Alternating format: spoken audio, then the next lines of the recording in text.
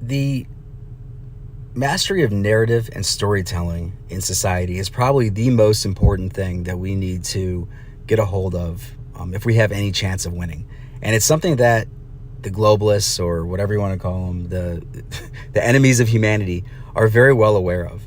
And they have been aware of this for a very long time. In fact, tens of thousands of years, back to the point where this is a very ancient occult science of population management and societal control. So I wanted to sort of talk about how that actually works and, talk about it in normal human terms, not fucking esoteric weird shit. So, because it's interesting how this actually happens, and it's a very scientific alchemical process that they use to shift society from something that maybe is a little bit too free and out of control for them to something that's a little bit more in line with like a technocratic global slave state. So before I jump into it, please follow me at Rumble and Odyssey and Locals, and also on Twitter.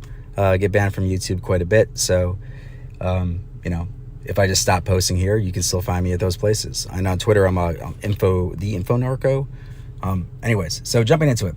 So starting with Edward Bernays, who I've mentioned before, but he's called the father of propaganda, related to Sigmund Freud, and apparently also to the CEO of Netflix, or former CEO of Netflix. So it's all in the family. But he was talking about this back in the 30s, where people with similar mustaches to him were also getting very into the whole propaganda game. And he talks about, he says this: if we understand the mechanism and motives of the group mind, it is now possible to control and regiment the masses according to our will without them knowing it. Well, that sounds fucking great for what these guys want, right? He's literally talking about a few people can control the world through just narrative, through storytelling. And he has a couple other quotes I wanted to start with as well. So one of these is that he says, the conscious and intelligent manipulation of the organized habits of the masses, is an important element in democratic society.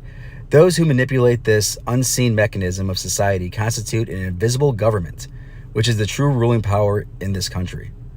So, what he's saying there is that if you can control the way people view reality through story, through narrative, the accepted narrative, you are basically the real government. You have far more power than whatever's going on in politics, because you drive whatever happens in politics. You drive the worldview of the entire population. What they talk about in politics is a result of your narrative control. He also goes on to say, in almost every aspect of our daily lives, whether in the sphere of politics or business, in our social conduct or ethical thinking, we are dominated by a relatively small number of persons who understand the mental processes and social practices of the masses. So what he's talking about here is that they permeate every aspect of your lives, from, the entertainment and just sort of worldview that forms in your kids, to sort of what you think is cool, trendy, important, whatever. They are balls deep in the shit you do every day, not just, giving you political propaganda. They want to control the way you think and the way you perceive reality. And, this is sort of the realm of a few people who really do understand this. And in modern times, this comes through, some of the work of this guy and a lot of other behavioral psychologists like Carl Jung and others. Who's what's his name? Jordan Peterson's a big fan of Carl Jung, who's done some interesting work, but I don't know, sketchy there. So, but anyways, this is also just an occult science that goes back, to all the way back into at least ancient Egypt, probably longer ago than that. So it's a known thing. So let's talk a little bit about, what it is that they're doing. So I have some examples after this, so it'll get a little bit, more visually appealing than this bulletized list. But how to manipulate the base instincts of the masses to change the societal paradigm. And that's what, this is what they want to do, right? So we started off with a relatively wholesome 1950s society. We had, social problems. There was racism. There was, there were many things that, could have been better, but it was a Christian society, wholesome, family values, relatively independent families, and people were able to take care of themselves. not great if you want to have a global technocratic slave state. So they had to change that, and they started, by breaking down that paradigm. So that's the first bullet. So break down, demoralize, and erase people's sense of meaning. So you don't want them to have a sense of individualism and a good moral compass that comes from their religion and their community or whatever. So you've got to break that shit down. And you see how they started doing that, let's say in the 60s. And I've heard a lot of people say, 1963 with the assassination of Kennedy or whatever, that was sort of like an occult ritual of killing the king or whatever that is. I don't know. But I can tell you that they absolutely started introducing a degenerate culture. They started introducing a lot of sort of new age concepts, like a lot of drugs, a lot of like sexual liberation, whatever you might think about any of that. It absolutely served the purpose of breaking down sort of the coherent, rugged individualist, Christian-based society of the 50s. So they use these, they use tools and they use entertainment, whatever, to start just taking away people's sense of meaning. They lost their meaning that they had in tightly knit communities that are sort of focused around the church, stuff like that. They started erasing that, and they've been doing that ever since. Okay, then they also wanted to addict the masses to the means of mind control. And Bernays talks a lot about this, and a lot of people talk about this. But TV was just one of the greatest inventions ever. The radio was very helpful as far as getting propaganda out there to the masses. But TV was even better because images are very powerful. And since, the invention of the internet, and especially mobile phones, that's become even more important and more of a decisive sort of a tool for propagandists, because you're addicted to your phones. Like, people used to be addicted to TV. Like, you may start your kids off there sitting in front of the TV as a babysitter, or whatever. But, as you start using mobile devices and then getting addicted to social media, and then all of your social interactions sort of correspond through your phone, you are 24/7 sitting in front of the device that they use to get their message across. And not just their message, their desire for your worldview, the way they want you seeing the world. All right, so then the third is to sort of remold the masses' view of reality. So they have you staring at their propaganda all day, and your kids, because your kids are like on iPads at school. Again, they're watching whatever they're watching at home before they even get to school. And they want to make sure that you don't see the world as somewhere where you can survive as a rugged individual, where you have a family that's the main unit of social interaction for you, that should be self-sufficient. They want to form you to be a good global citizen that's using as little carbon as possible, and by that they mean not moving or causing them a problem. And they want to make sure that you don't have any attachment to these nasty old religious beliefs or spiritual attachments to virtue. They want you to be just debased and manipulable as possible. Okay, so once you have people basically just demoralized, addicted to your propaganda, and completely unmoored from reality as far as their worldview, it's a great time to spring a crisis on them. So I think one of the biggest ones we've seen was sort of 9/11. So, however you think that happened, and how I think it happened, but it's at the very, very, very most innocent, it was really taken advantage of. And then there's, of course, much more recent crises. But it's a great time to create a problem. And this is, sort of the beginning of the whole problem, reaction, solution. So you butter them up for the problem, reaction, solution set, and then you launch your crisis. So now everybody's completely just in disorder. They have no individual moral compass. They have no idea what they should be doing. They have no social structure. And all of a sudden, like, their world's just been thrown into chaos by some big shit that just happened. Now you have the perfect opportunity to mold the response of the masses through propaganda, and to create a dialectic. And by that I mean basically two sides of an argument, and you're going to take that argument and sort of push it through whatever, either side of it, by sort of radicalizing the arguments on one side or the other to move it towards a direction that's more amenable to your global slave state. So you got to move in that direction. It takes some time, and the way you do this is to have people arguing over things and continuously shift the argument. And I'm sure you've noticed that happen just out in the open, especially like the last 3 years or so. All right, so then people have no sense of meaning. They're in complete fucking chaos. They are like starting to get like this sort of argument, these sort of like pathways of thinking, those two sides of the dialectic. Now you need to make it seem like those sides of the dialectic are like the pathway back to meaningfulness.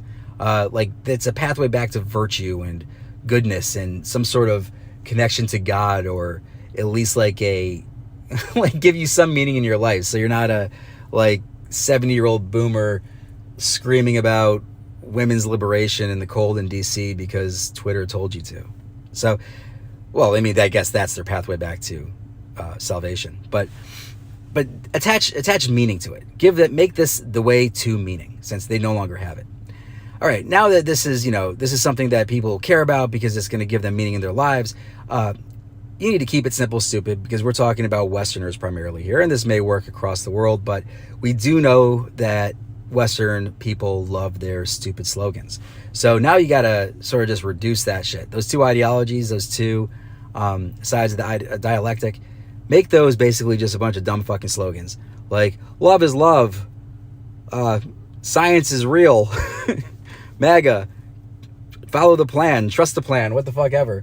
Whatever it is, love is love, Black Lives Matter, things that are just inane, meaningless, make it that. Because it's really simple for people to sort of just lock onto it. They say it over and over again. Repetition is how you get people to believe something. So make it easy for them to repeat. And there you have it. Slogans are powerful. So now that you have two dumb sets of slogans that pass as ideologies, you want to further infantilize them, these ideologies, by attaching these slogans to just base human emotions. And you can do that by, making sort of woke movies with emotional soundtracks, or, to somebody with absolutely no depth of character is really,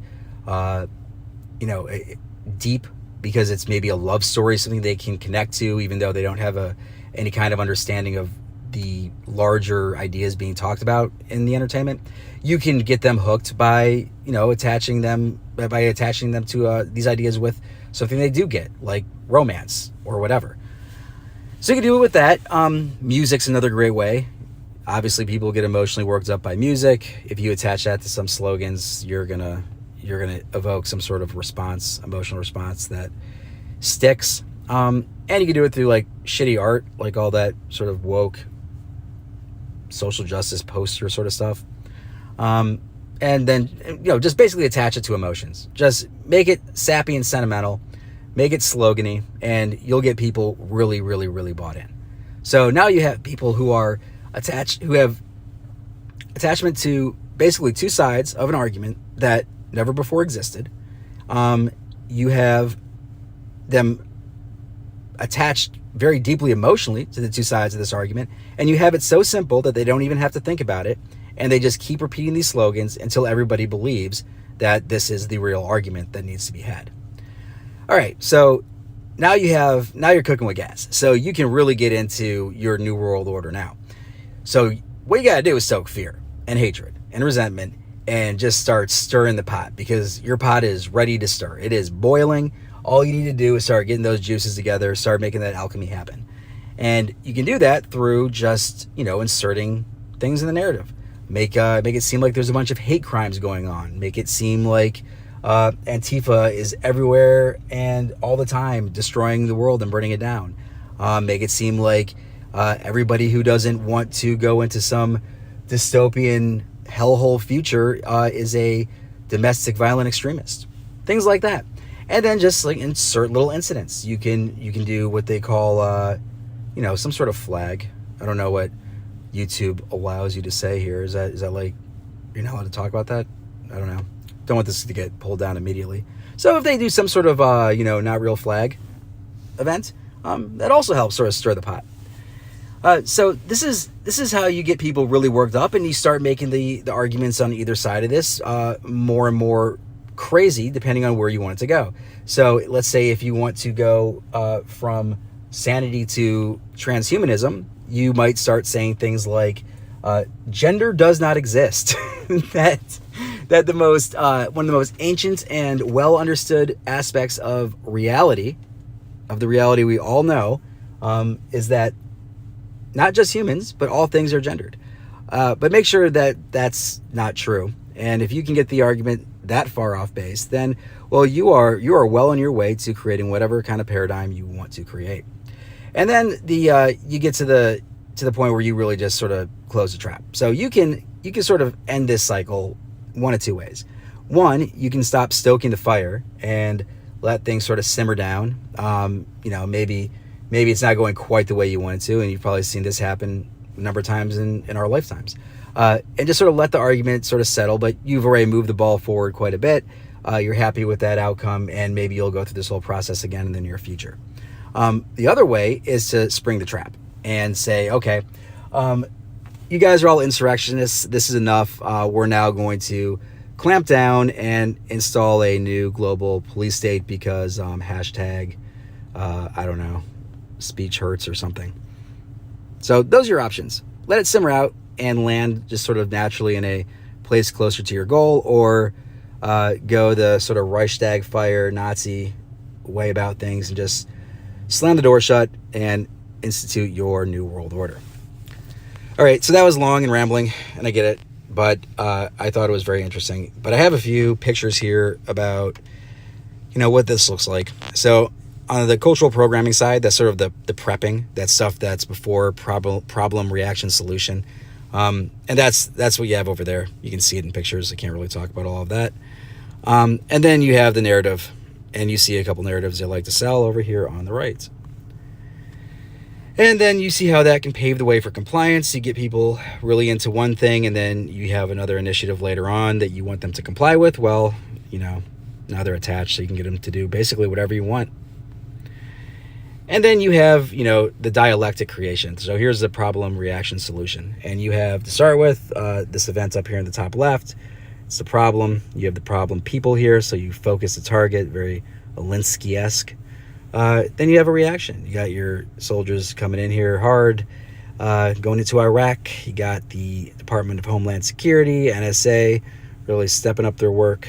And then you have these tragic, reactions to the reaction here. You have the results of that reaction.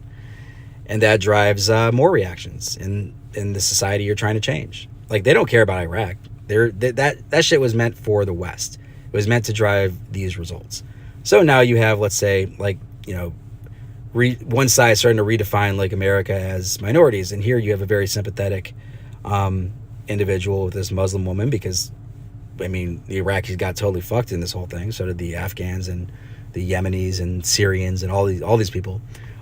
So you have a sympathetic reaction here, and you start saying we are the people. Like, also Muslims are people. Like, what the fuck?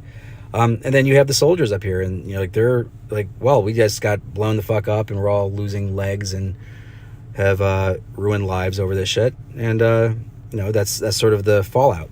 And then you start getting reactions to that. So one side of it goes from sympathetic Muslims to whatever fucking crazy ass rainbow diversity shit you have over here, which starts getting very aggressive.